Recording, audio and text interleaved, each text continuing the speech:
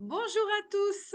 Alors, nous nous retrouvons du coup en vidéo que je mettrai en replay sur Facebook parce que depuis début d'après-midi, nous rencontrons des problèmes techniques avec le Facebook Live.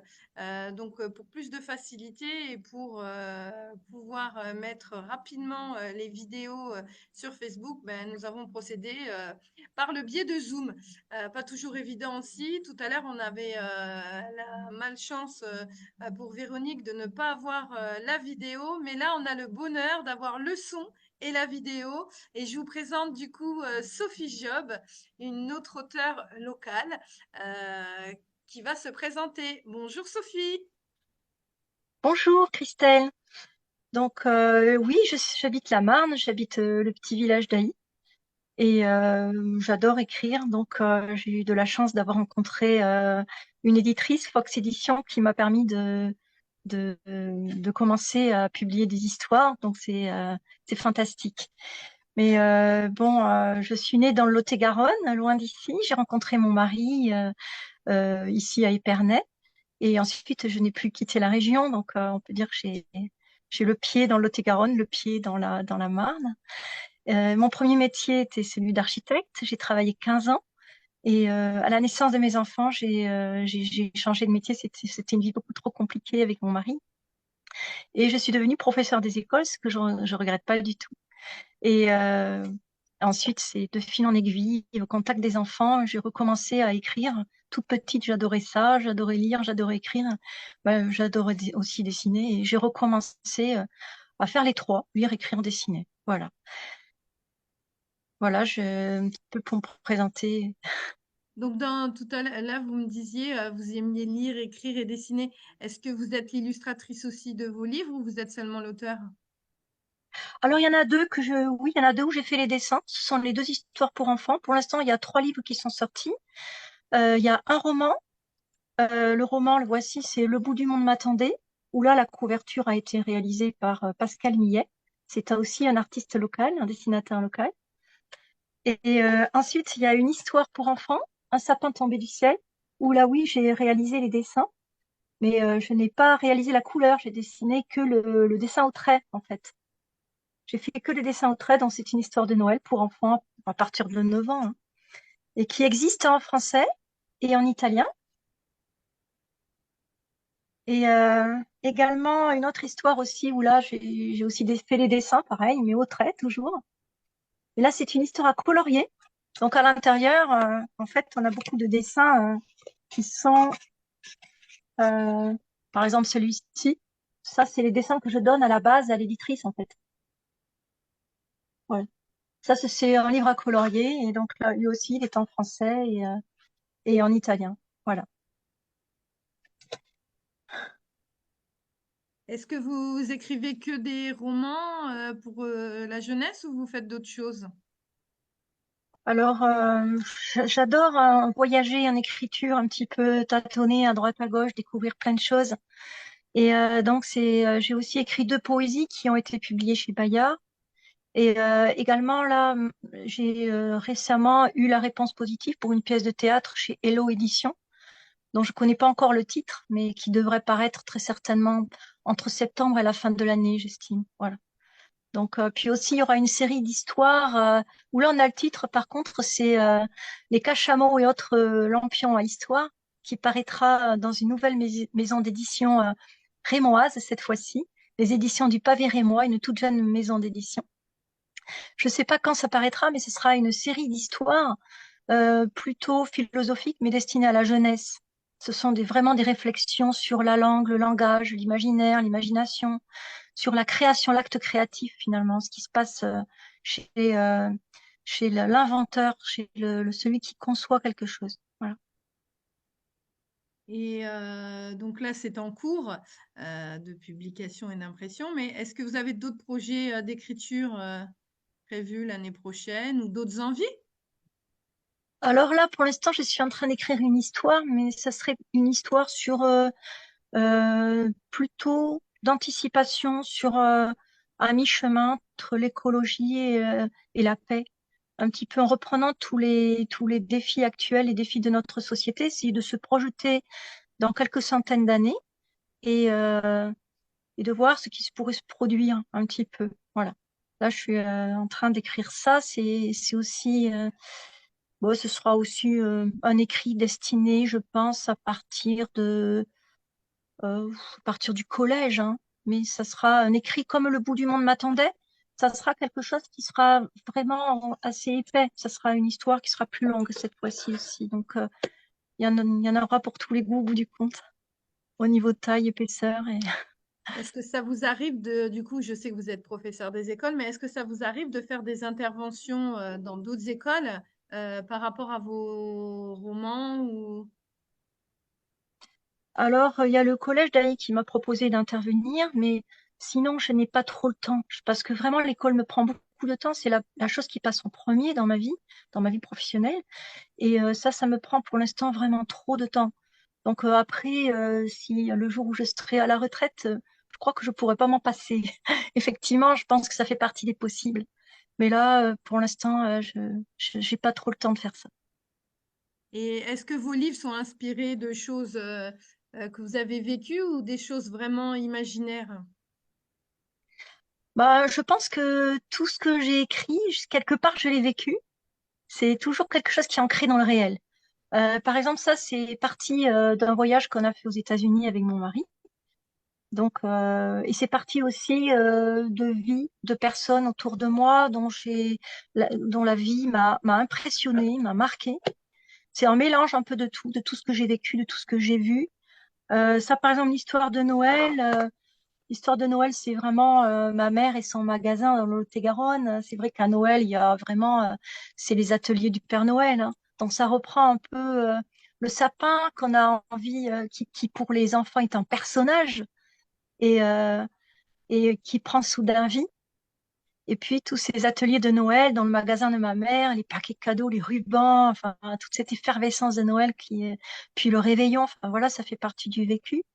Et aussi cette histoire de sorcière, hein, aussi qui est le partage entre le bien et le mal, entre le choix d'une enfant, entre le pouvoir de faire le mal et le pouvoir de faire le bien. Elle va choisir le bien. Et ça, c'est fabuleux, quoi. Voilà. Elle a une baguette magique, elle peut tout faire. Donc, elle va choisir d'abandonner sa baguette magique parce qu'elle préfère le bien. C'est beau. Oui, c'est magnifique. C'est un beau message d'amour et un beau message du choix entre le bien et le mal. De confiance en la jeunesse aussi, on espère. Ouais, ils en ont besoin. Oui. Et je peux dire tout de suite qu'on va vous retrouver au Salon du Livre du Sud-Marnais le samedi 1er juin. Il s'agira de notre deuxième édition et pour nous, la première fois et l'immense chance de vous avoir, de vous accueillir. Est-ce que vous avez des attentes? Est-ce que vous connaissez un peu le territoire du Sud-Marnais ou pas? J'ai des amis dans le Sud-Marnais, à La Chine par exemple, donc j'y vais de temps à autre. Mais par contre, je ne suis jamais allée dans le sud du département encore pour aller présenter des livres.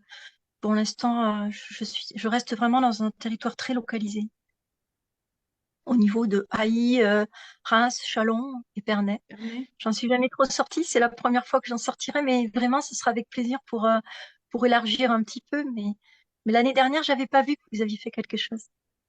Après, c'est vrai qu'on l'avait pas forcément trop diffusé cette année non plus. Nous n'avons pas fait trop de publicité parce que, vous voyez, on en est déjà à 50 auteurs. Heu, Malheureusement, voilà, je ne peux pas en accueillir plus, heu, pour que, voilà, que ce soit plus facile, raison de sécurité, mais c'est déjà voilà, l'année dernière, nous avons eu le bonheur d'accueillir 30 auteurs. On a eu à peu près 202 visiteurs. Donc on se dit que cette année, pourquoi pas? Donc on a une organisation de 50 auteurs. Je serai entourée de mon équipe.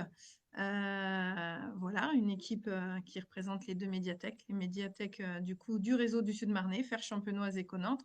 Et en fait, le salon du livre se tiendra à la salle des fêtes de Fère-Champenoise. Donc voilà, on va bientôt du coup se rencontrer en vrai. Euh, bon après, moi je connais bien le secteur d'Ailly et Épernay puisque j'ai fait mes études à Épernay et moi aussi j'ai épousé un Sparnacien. Donc et pourtant, vous voyez. J'habite dans l'Aube et je travaille dans la Marne. Comme quoi, le destin nous fait ramener toujours, voilà, sur nos lieux de vie d'enfance. Et comme vous, ma résidence est en Champagne-Ardenne, mais voilà, je ne suis pas née en Champagne-Ardenne. Et moi, mon département de cœur, bah, c'est l'Hérault, c'est le sud. Vous voyez, comme quoi, on voyage, on On a un voyage. point commun. Oui, on a des points communs. Comme des Euh, oiseaux migrateurs. et moi aussi, voilà, pour mes enfants, j'ai toujours fait différents métiers. Et maintenant qu'ils ont grandi, j'ai fait enfin un métier qui me plaît, la culture. Vous voyez, donc pareil, on a différents points communs. Est-ce que vous avez d'autres choses à rajouter, Sophie, avant de clôturer notre petite interview? Je voudrais remercier mon éditrice Fox Éditions. Donc, grâce à elle, j'ai ces 3 livres-là que je vous ai montrés qui ont été publiés. C'est un véritable bonheur. Donc ça, c'est vrai que c'est fantastique. Je la remercie aussi pour la traduction qu'elle a fait en italien. Il y a un autre livre qui sortira sous peu également, qui s'appelle Un pudding d'enfer. Je n'ai pas de date, mais je crois que ça sera certainement avant l'été. Il y a aussi une histoire pour enfants dont j'aurais fait les dessins. Je voudrais aussi remercier Hello Édition pour la pièce de théâtre qui va sortir. Et puis aussi l'éditrice marnaise à qui je souhaite tout le meilleur parce que c'est très difficile de se lancer comme ça à lancer une maison d'édition. Donc c'est Le Pavé et moi.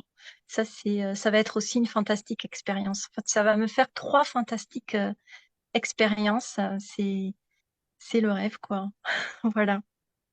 Toutes ces personnes, je les remercie du fond du cœur. Eh ben, on se dit rendez-vous samedi 1er juin. On aura le plaisir de vous découvrir. Nos visiteurs pourront voilà, venir vous voir, vous acheter vos ouvrages, vous pourrez les dédicacer. Et puis sur ce, ben, Sophie, je vous souhaite une bonne fin d'après-midi. Et je vous remercie pour l'interview et le plaisir tout simple de pouvoir vous découvrir. Euh, on va continuer durant un mois à présenter les différents auteurs afin voilà, que le public soit au rendez-vous. Euh, on vous Je souhaite vous remercie. bon vœu. Dites-moi, Je vous Sophie? remercie. Je vous remercie aussi à vous d'avoir pris contact avec moi. Ça, c'est très gentil. Voilà, Ah ben, c'est vraiment. normal et puis on essaye de privilégier nos auteurs locaux, même si on aura des auteurs un peu, on aura du Grand Est, de Lyon, de la Bourgogne, on en a un peu de partout, donc on trouve ça chouette. On trouve aussi euh, important de découvrir nos auteurs locaux. Et comme vous dites, les maisons d'édition locales, il n'y en a pas beaucoup et justement, il faut les mettre en avant. Euh, Nous aussi, ce jour-là, on aura une maison d'édition qui est juste locale à Montépreux. Une petite maison d'édition qui a 8 ans d'existence et qui a déjà 50 auteurs. Donc, vous voyez, ça, voilà, ça peut aller vite. Je vais essayer de regarder parce que je ne connais pas du tout. Eh Donc, ben, c'est édition Chérubin, ça s'appelle. ah, d'accord. Je vais regarder C'est ça. voilà, édition Chérubin. Et on a eu plaisir l'année dernière. En fait, on avait fait un concours au sein des médiathèques sur la Saint-Valentin. Et on a un particulier qui aimait écrire de la poésie, qui a participé au concours, qui a gagné le concours de poésie à la Saint-Valentin. Et je l'ai présenté, cet auteur, on peut dire ça comme ça, parce que pour moi, c'est un auteur fantastique. Il a fait des recueils de poèmes qui sont juste magnifiques. Je l'ai présenté à cette maison d'édition et il a sorti son premier recueil et là, il vient de sortir son deuxième recueil. Donc, vous voyez comme quoi un rêve peut se réaliser. Il faut toujours y croire, comme vous avec tous vos ouvrages magnifiques et vos belles histoires. Donc, Oui, vous moi, aurez... ça s'est fait tout à fait par hasard parce que c'est une dame, un auteur aussi qui est venu, parce qu'on a des chambres d'hôtes qui est venu dans nos chambres d'hôtes. Et en fait, je lui ai acheté son livre et puis je lui ai montré quelques écrits. Et c'est elle qui m'a mis en contact avec Fox Éditions et c'est ainsi que tout a commencé parce que sinon je pense pas que je me serais lancée. C'est vraiment, euh, c'est vraiment le hasard aussi. C'est un peu grâce à des personnes comme vous, comme elle, quoi, que les choses démarrent. C'est le destin qui nous met en contact, moi, je pense. Je pense que Oui, voilà, il y a des éléments, il y a des choses qui sont faites pour qu'on se réunisse, qu'on se rencontre et du coup, voilà, le destin est là et puis c'est du bonheur, c'est que du bonheur. oui, c'est ça. C'est la vie. fait, c'est voilà, la c'est, transmission. Ouais, oui, c'est se laisser vivre, quoi. C'est vraiment faire ce qu'il y a dans notre cœur. C'est une passion qui se réalise. tout à fait. Puis voilà, on devient un passeur de culture et je trouve que c'est essentiel. Voilà. Eh bien, Merci Sophie, beaucoup. je vous souhaite une bonne fin d'après-midi et du coup, on se voit bientôt. Merci pour cette interview, merci pour cet accueil et à bientôt. Au revoir, Sophie. Merci, à bientôt. Au revoir, Christelle. Merci.